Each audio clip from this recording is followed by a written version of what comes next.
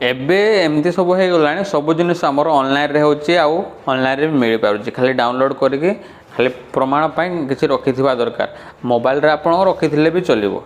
ତ ସବୁ ଜିନିଷ ଆମ ପାଖରେ ଡିଜିଟାଲି ସେଭ୍ ହେଇକି ରହିଗଲା ଦେଖନ୍ତୁ ସିଗ୍ନେଚର୍ ଆଗରୁ ଯେମିତି ବି ଦରକାର ହେଉଥିଲା ଯେଉଁ ସାର୍ଟିଫିକେଟ୍ ଗୁଡ଼ାକରେ ସେଗୁଡ଼ା ବି ସବୁ ଡିଜିଟାଲ ହେଇଗଲା ଆଉ କିଛି ନାହିଁ ସେ ଡ୍ରାଇଭିଂ ଲାଇସେନ୍ସ ଆଉ RTO ଅଫିସରୁ ତ ଆସୁନି ଆପଣମାନେ ଜାଣିଥିବେ ସେଇଟା ଏବେ ଆପଣ ଯଦି ଆପଣ ପାସ୍ କରି ଯାଉଛନ୍ତି ହେଲେ ଡ୍ରାଇଭିଂ ଲାଇସେନ୍ସ ବି ଡାଇରେକ୍ଟ ଡାଉନଲୋଡ଼୍ କରିକି ଆପଣ ଅନଲାଇନ୍ରୁ ଡାଉନଲୋଡ଼୍ କରିକି ଏମିତି କାର୍ଡ଼ ଖଣ୍ଡେ ବାହାର କରିକି ଆପଣଙ୍କ କାମ ଚଳିବ କି ମୋବାଇଲରେ ରଖିଲେ ବି ଚଳିବ ସବୁ ଆସିଯାଉଛି ତ କେମିତି ଡ୍ରାଇଭିଂ ଲାଇସେନ୍ସ କେମିତି ଡାଉନଲୋଡ଼୍ କରିବେ ମୁଁ ଏ ଭିଡ଼ିଓରେ କହିବି ଦେଖୁଥାନ୍ତୁ ଭିଡ଼ିଓ ସ୍କିପ୍ କରିବେନି ଆପଣ ଯେତେବେଳେ ଯେଉଁଟା ବି ଚାହିଁବେ ଆପଣ ଅନଲାଇନ୍ରୁ ଡାଉନଲୋଡ଼୍ କରିପାରିବେ କେବଳ ଆପ୍ଲିକେସନ୍ ନମ୍ବର ହେଉ କି ରେଜିଷ୍ଟ୍ରେସନ୍ ନମ୍ବର ଆପଣଙ୍କର ମନେ ଥିବା ଦରକାର ଆଉ ଆପଣ ଆରାମସେ ଡାଉନଲୋଡ଼୍ କରିପାରିବେ ତ ଆଉ ଗୋଟେ କଥା ମୋର ଯଦି ଭିଡ଼ିଓ ଗୁଡ଼ା ଆପଣଙ୍କୁ ଭଲ ଲାଗୁଥାଏ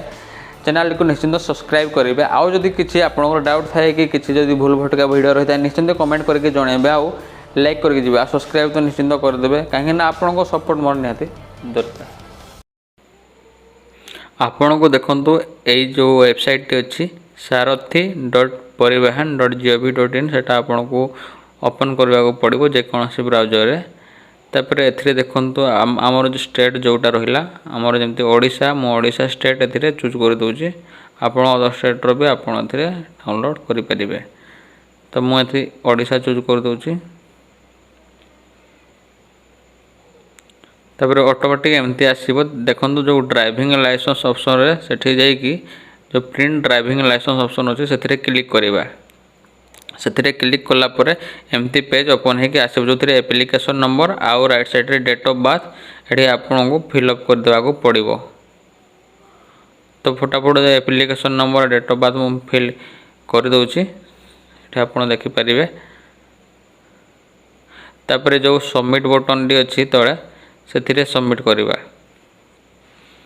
ସେଥିରେ ସବମିଟ୍ କଲା ପରେ ଦେଖନ୍ତୁ ଏମିତି ଖୋଲିକି ଆସିବ ଯେଉଁଥିରେ ପେପର୍ କାର୍ଡ଼ ଯେଉଁ ସେଥିରେ ଟିକ୍ କରିବା ତାପରେ ଏଥିରେ OTP ଏଣ୍ଟର କଲା ପରେ DL ପ୍ରିଣ୍ଟ ଅପସନ୍ ସେଠିରେ କ୍ଲିକ୍ କରିବା